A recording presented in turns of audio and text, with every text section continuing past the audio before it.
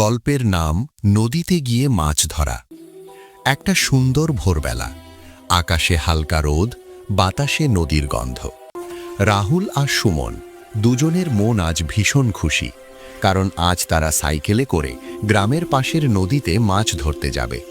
দুজনেই কাঁধে মাছ ধরার ছিপ, ঝোলা ব্যাগের টোপ আর একটু খাবার নিয়ে রওনা দিল।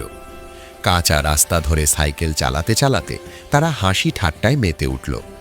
রাস্তার পাশে সবুজ ধানক্ষেত, দূরে তাল গাছ আর পাখির ডাক, সব মিলিয়ে পথটাই যেন একটা উৎসব।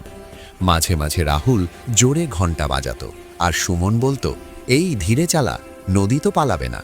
নদীর ধারে পৌঁছেই তারা সাইকেল গাছের সঙ্গে ঠেস দিয়ে রাখল। নদীর জল তখন টলটল করছে, রোদ পড়ে ঝিলমিল করছে। দুজনেই ছিপ ফেলল জলে। প্রথমে অনেকক্ষণ কিছুই উঠল না। হঠাৎ সুমনের ছিপ নড়ে উঠল। সে উত্তেজনায় চিৎকার করে উঠল, আরে লেগেছে মনে হয়। দুজন মিলে টান দিতেই একটা চকচকে মাছ উঠে এলো।